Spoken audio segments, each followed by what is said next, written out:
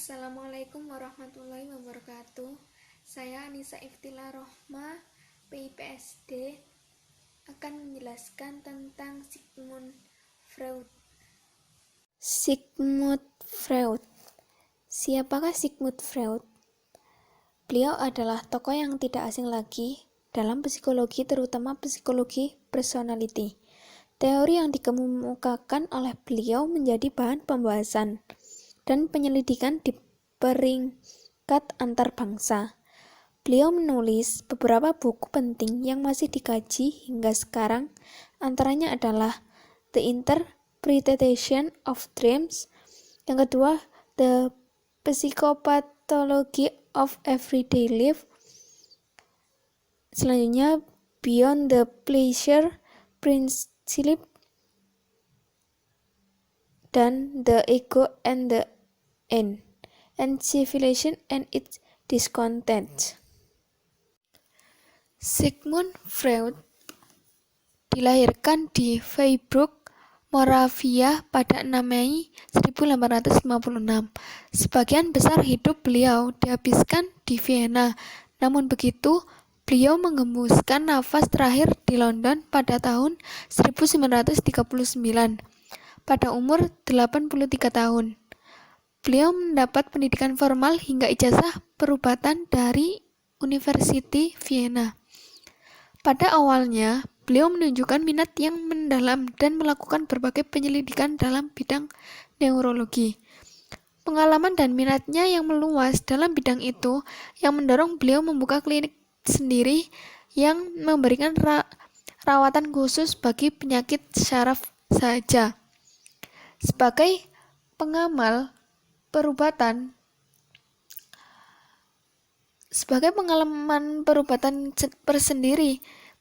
persendirian, berbagai pengalaman menarik ditempuh setiap hari. Beliau melihat adanya hubungan antara pesakit yang tertekan akibat gangguan fungsional somatik dengan latar belakang pesakit itu sendiri. Usaha beliau yang sungguh-sungguh dalam menghasilkan teori personality, teori yang dikemukakan oleh beliau dikelompokkan sebagai teori personality psikodinamik. Teori Freud. Menurut Freud, kehidupan jiwa memiliki 3 tingkatan kesadaran, yakni sadar, prasadar, tak sadar. Konsep dari teori Freud yang paling terkenal adalah tentang adanya alam bawah sadar yang mengendalikan sebagian besar perilaku. Ketidaksadaran, prasadar, atau sadaran seperti yang dinyatakan dalam bagian pengenalan, pengalaman, dan kepakaran Freud dalam bidang kejiwaan memang sukar ditolak.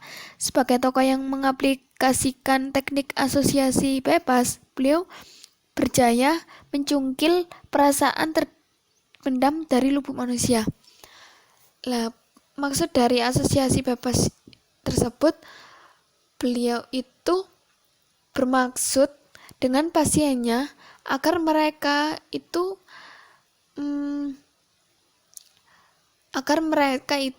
dapat mengeluarkan keluh kesah yang dihadapi mereka. Jadi mereka akan ngobrol sama beliau apa yang dirasakan, sehingga beliau dapat mengerti sebab akibat kenapa mereka bisa menjadi seperti ini, yaitu mempunyai penyakit alam bawah sadar.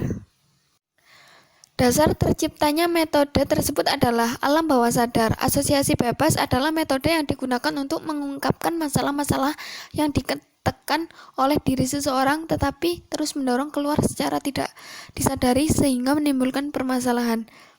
Sedangkan analisis mimpi digunakan oleh Freud dari pemahamannya bahwa mimpi merupakan pesan alam bawah sadar yang abstrak terhadap alam bawah sadar. Pesan ini berisi tentang keinginan, ketakutan, dan berbagai macam aktivitas emosi lain. Yang selanjutnya insting, yaitu sumber perangsang yang dibawa sejak lahir yang mengandung keinginan berupa rangsangan psikologis dan merupakan kebutuhan jasmani, perangsang jasmani. Yang selanjutnya sifat. Ada sumber insting. Sumber insting itu kondisi jasmaniah, yaitu kondisi jasmani seseorang tersebut. Yang selanjutnya tujuan insting. Tujuan insting memenuhi kebutuhan jasmani. Mereka harus memenuhi kebutuhan yang dibutuhkan oleh jasmani atau tubuh kita. Yang selanjutnya objek insting. Objek insting itu segala sesuatu yang menghalangi keinginan dan terpenuhnya keinginan. Yang terakhir pendorong insting. Pendorong insting itu tergantung intensitas kebutuhannya. Yang selanjutnya macam itu ada insting hidup. Insting hidup itu melayani keinginan untuk tetap hidup, contohnya makan, minum. Kan kita sebagai manusia membutuhkan makanan dan minuman untuk bertahan hidup. Yang selanjutnya insting mati. Insting mati yaitu insting yang tidak disadari bahwa setiap orang berkeinginan untuk mati. Terima kasih, sekian dari saya. Wassalamualaikum warahmatullahi wabarakatuh.